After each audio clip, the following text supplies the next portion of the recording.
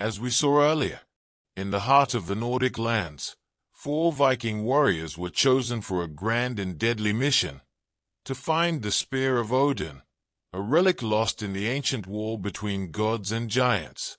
It is said that whoever possesses it will have absolute power over the kingdoms of men and gods.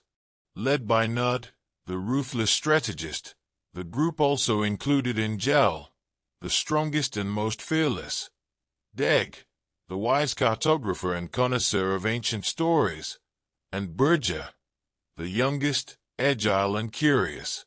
United by the same clan, they had already shared countless battles and adventures, but nothing could prepare them for the journey they were about to embark on.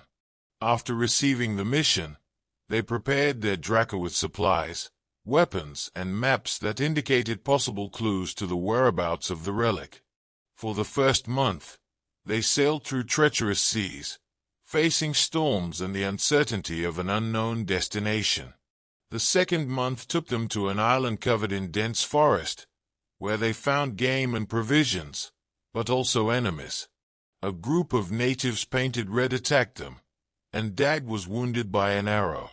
Even so, they managed to eliminate the enemies and escape before a larger force came after them. In the third month, they spotted an ancient lighthouse built on a mysterious island. When the sun reached its highest point in the sky, the shadow of the tower cast the exact shape of a spear, a clear sign that they were on the right path. They docked on the island and began to explore its forgotten ruins, setting up a more resistant camp. But the definitive answer still eluded them. The fourth month brought new dangers. During one of their explorations, they were captured by a group of nomads who dominated those lands. Held prisoner on suspicion of invasion, they spent days under constant watch, without knowing what their fate would be. However, using their cunning, they managed to escape and, in their escape, found a hidden cave at the foot of a mountain. Something told them that this was the next step on their journey, and so they entered the dark, winding cave, only to discover that they had invaded a den of wolves. The battle was fierce. The sharp teeth of the beast tore through skin and armor, leaving the warriors injured but alive. Bleeding and exhausted, they climbed to the top of the mountain that loomed large before them. From the top, Deg, despite the pain, smiled as he gazed at the horizon and cried out with conviction, "We are on the right path." The journey was far from over, but the destination of the Spear of Odin was getting closer with every step. What else awaited them beyond that mountain? The cold wind bit their faces as they advanced along the mountaintop. The fatigue from the battle against the wolves still weighed heavily on their bodies, but something urged them on. Nud, in the lead, was the first to notice. Carved into the rocky ground, ancient runes spread out in a pattern that seemed to tell a forgotten story. Some looked eroded by time, but others glowed subtly in the sunlight. Dag knelt down, running his calloused fingers over the symbols. Some of the inscriptions he knew, but others were unlike anything he had ever seen. "This is not just a path. It is a message," he murmured, his eyes narrowed. "Something has been sealed here, or someone has left a warning for those who dare to proceed." Burgess stood back a little, taking in the landscape around him. And then he saw it. On the horizon, beyond the mountains and the distant sea, stretched a land like no other. The sun seemed to shine differently here, gilding the vegetation with an almost ethereal light. Rivers cut through the lush green fields, feeding waterfalls that tumbled down in silvery mists. Trees stood tall with wide canopies and majestic trunks, as if they were older than time itself. No sign of war, destruction, or danger, just a place that seemed to exist outside of ordinary reality. "By Odin," Borja blurted out, pointing to the view ahead. The others joined him and fell silent for a few moments. Was this real? Or were they looking at a reflection of Isgard, an echo of the land of the gods and the world of men? Nud, ever the strategist, was the first to regain his composure. If that's the direction the runes point, then that's where we should go. But then came the sound. A deep, low tremor ran through the ground beneath their feet. Then another, and another. The ground vibrated, sending small stones rolling down the mountain. The birds that had once filled the blue sky took flight in a frantic flurry, as if fleeing from something the gods themselves feared to name. Njal clenched his fists, his muscles tensing. That's not the wind. Another boom. Closer this time.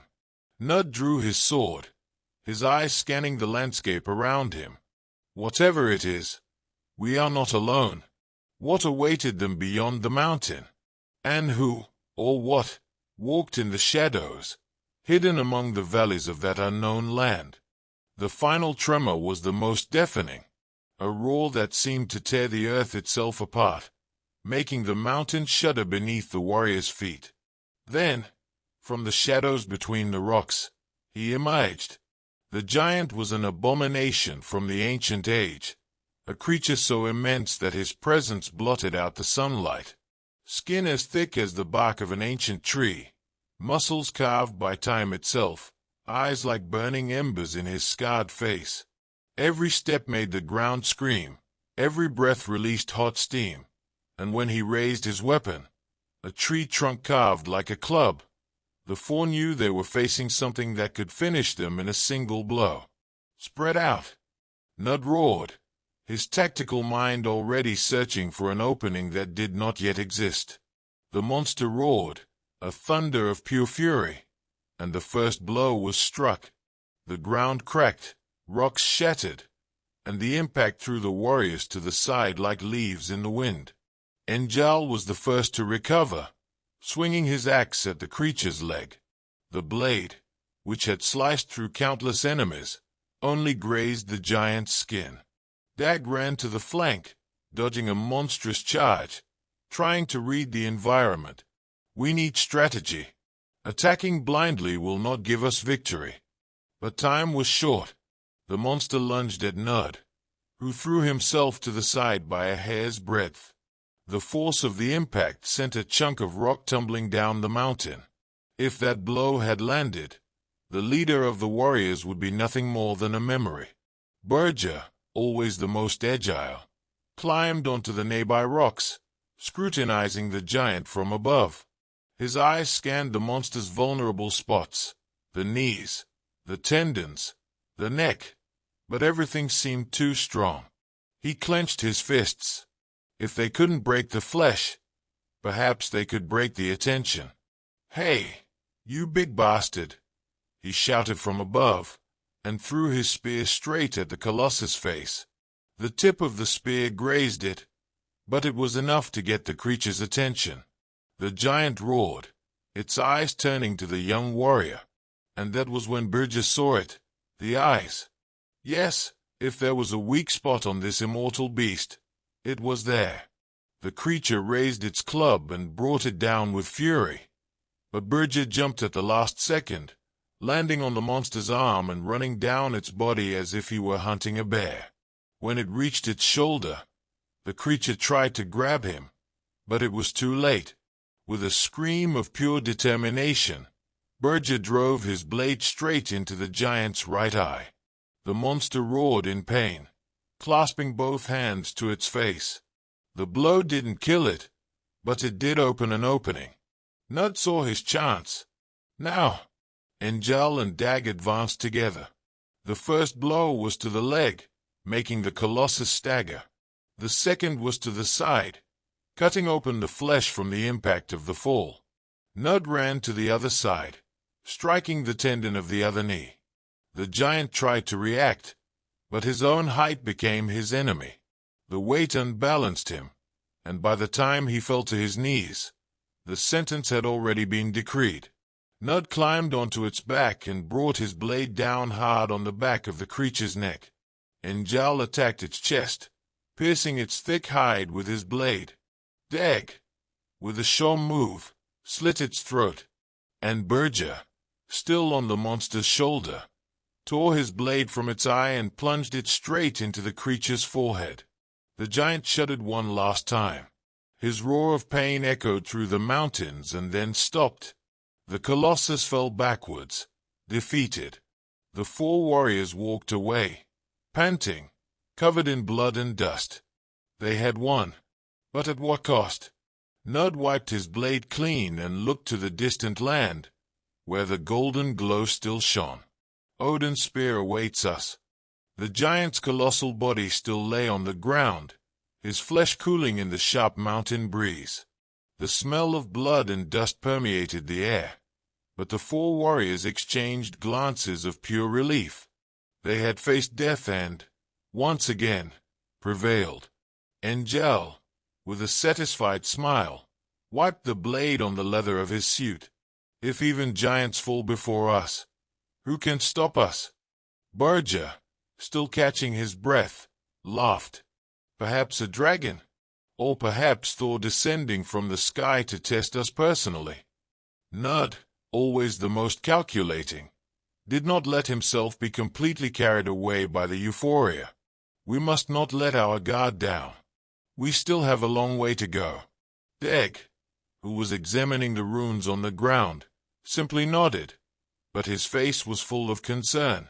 He ran his fingers over the symbols carved into the stone, trying to decipher the words left by the ancients. There was a warning there, something that bothered him deeply. "We're close," he murmured, "but something tells me that the next challenges won't be as simple as swinging swords and axes at a flesh enemy." Silence fell over the group for a few moments.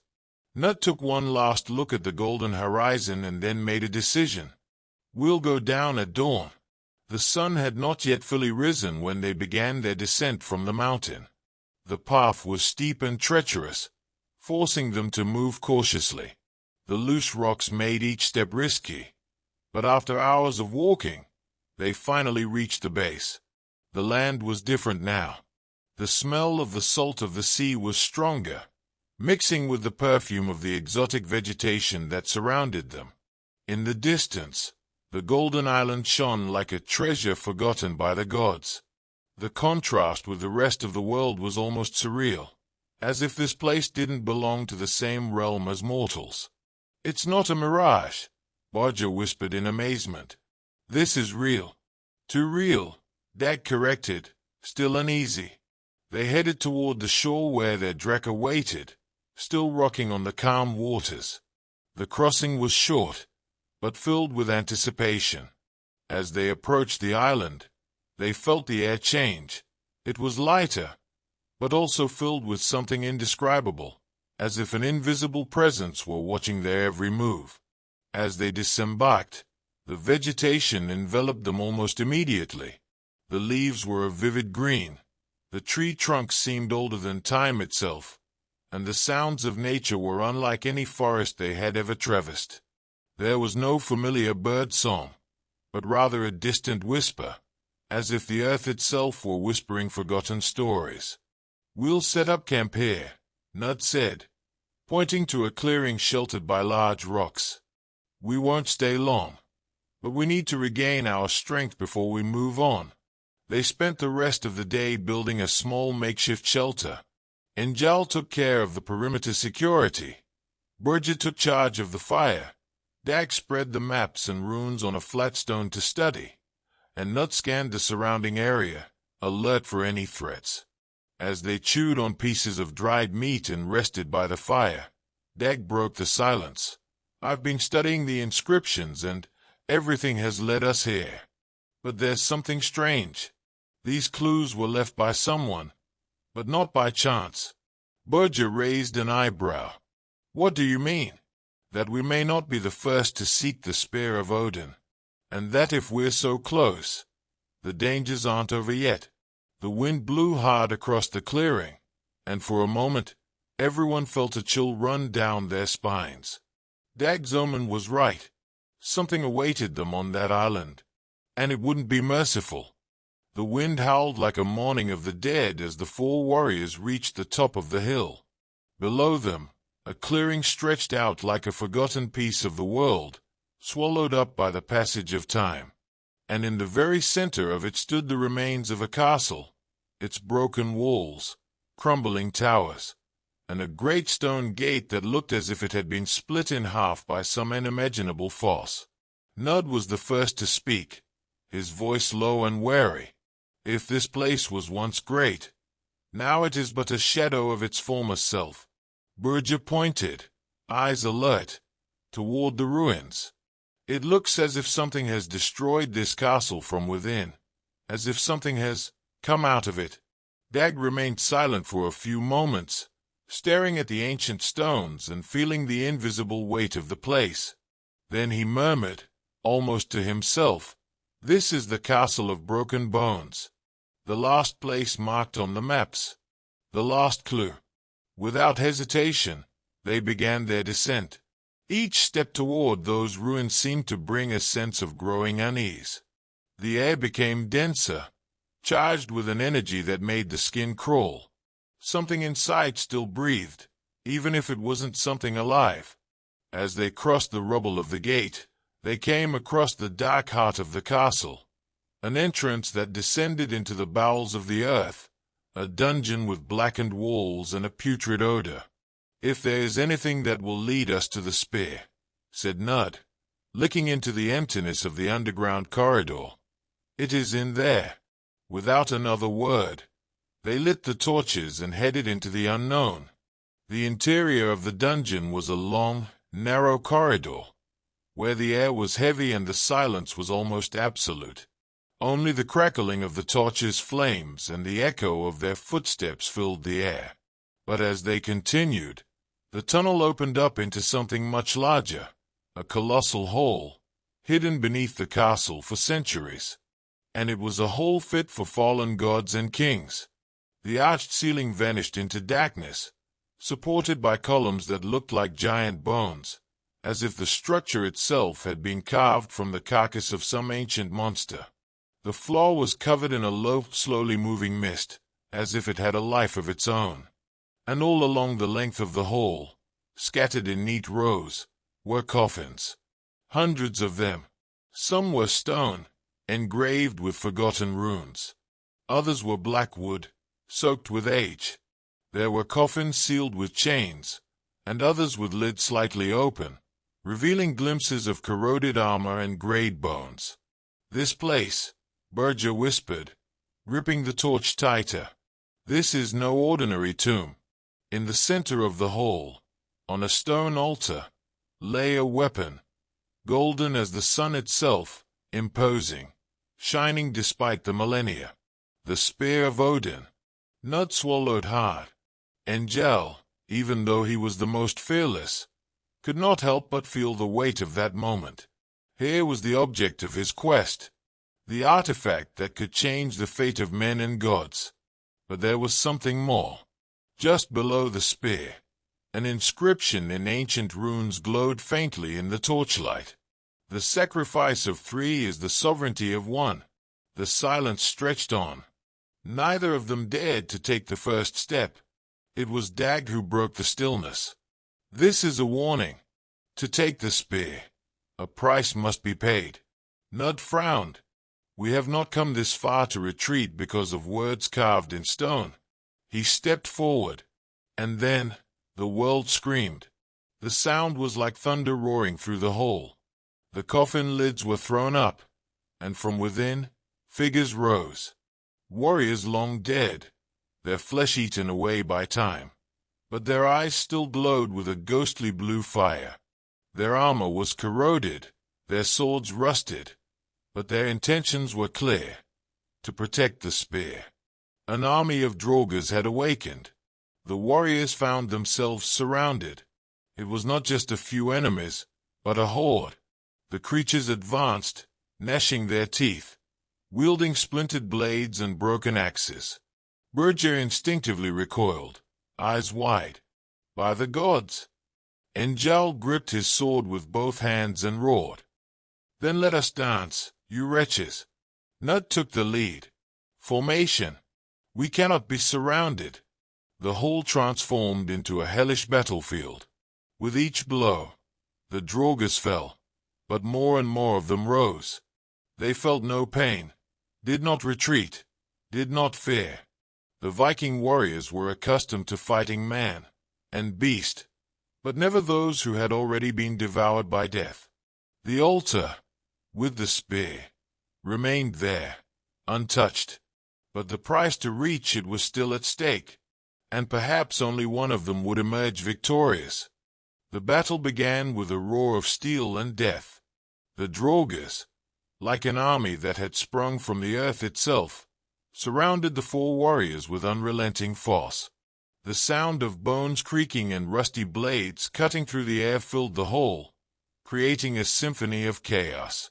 Dag, Nud, Burja, and Ingjal were together, but even with their razor-sharp skills, the battle seemed disproportionate.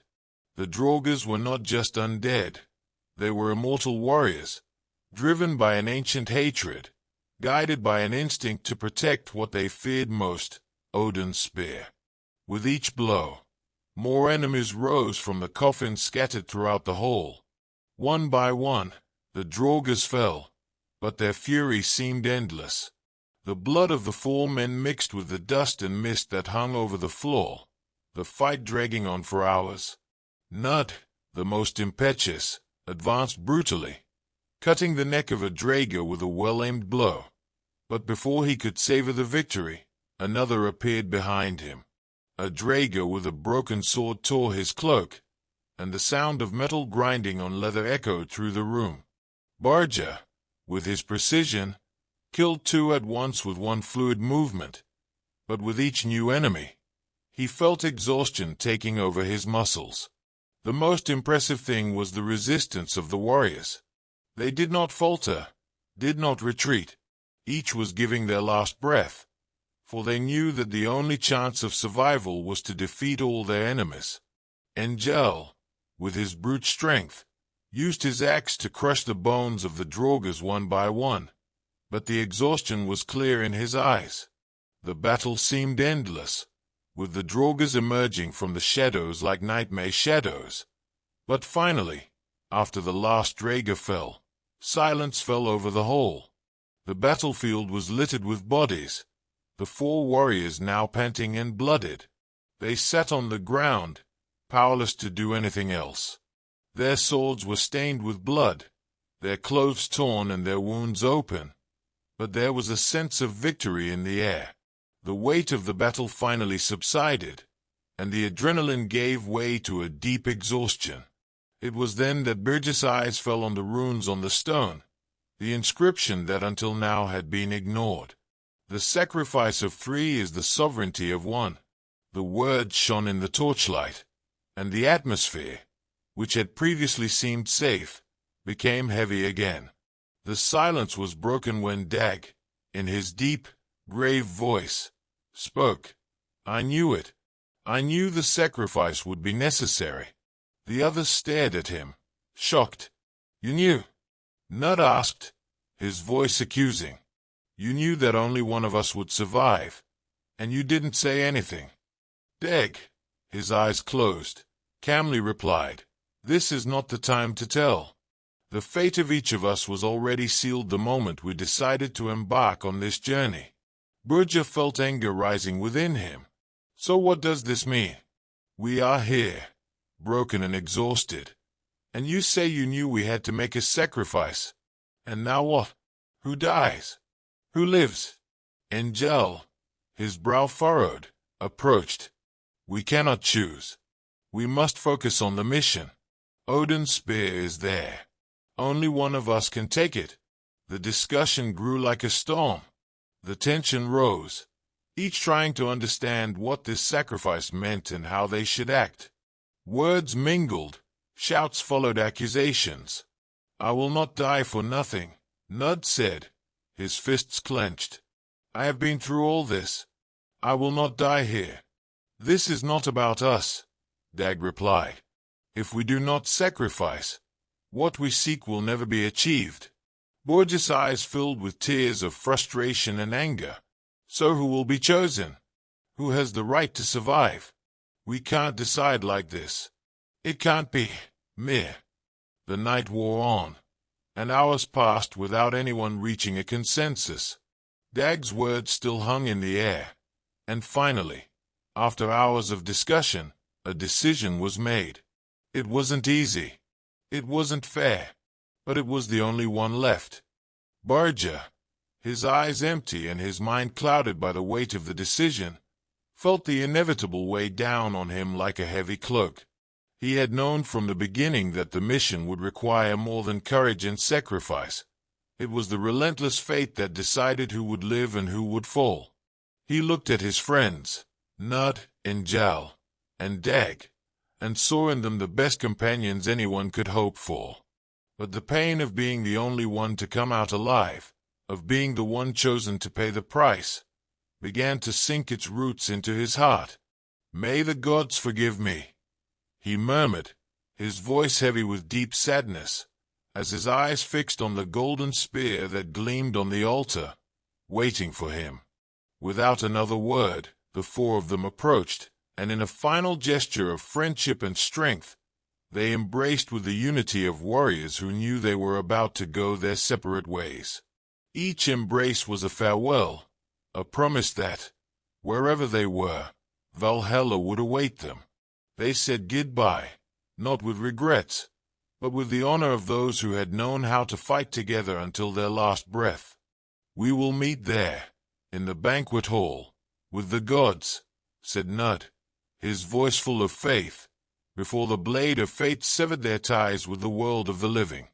Njal, with his eyes closed and a serene smile, placed his hand on Berger's shoulder, as if passing on the trust of a brother, and then each one sacrificed themselves, falling one by one, without fear, but with the certainty that the value of their sacrifice would be recognized. Berger, with a heavy heart, watched his friends fall, and with them, part of his soul. The pain in his chest almost paralyzed him. But even so, he approached Odin's spear. It was the only way to ensure that their journey had not been in vain. But before he could reach their destination, a deep and uncontrollable tremor made the ground tremble beneath his feet. An intense and pure light emanated from the spear, shining like the sun breaking through the darkness. The strength of the brightness was so great that Berger, unable to resist, fell unconscious. When he finally woke up, his vision was blurred, and he felt a new, powerful force invading his body. He slowly rose, his trembling hands reaching for the spear, and as he touched it, a crackling sound ran through the air, and he was immersed in a breathtaking vision. First, he saw his three friends, now in Valhalla, free from pain and death, on a glorious battlefield. They were together again, fighting side by side as in the old days, smiling, as if the battle were an eternal dance.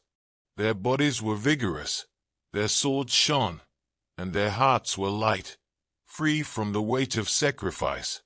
Berger saw them fighting against endless enemies, but always with the joy of victory in their eyes, a pure happiness, transcending time and death.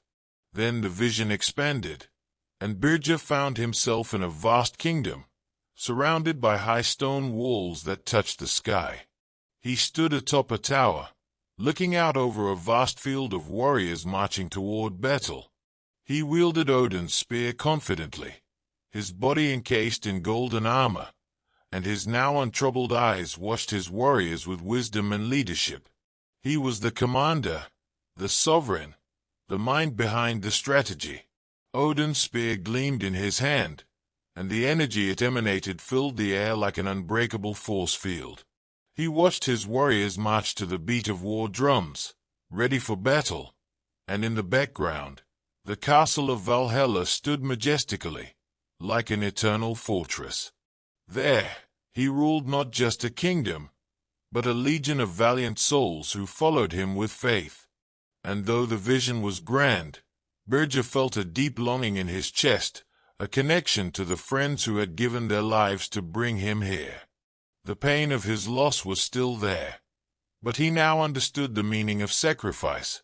He had the power of the spear, But a leader's heart needed to be guided by the honor of those who accompanied him. When the vision finally faded, Birger fell to his knees, his eyes brimming with tears. He had achieved what many only dreamed of, the power of Odin, dominion over the kingdom and its warriors. But he knew the price he had paid, for it was immeasurable.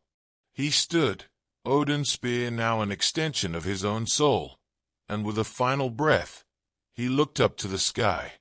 Wherever his friends were, he knew that somewhere they were still fighting together, as they had always done. And so he prepared to rule, with the honor of 3 warriors in his heart, and the strength of a legend in his hands. Did you like this story? Subscribe to the channel and turn on notifications so you don't miss the next epic sagas. The journey continues.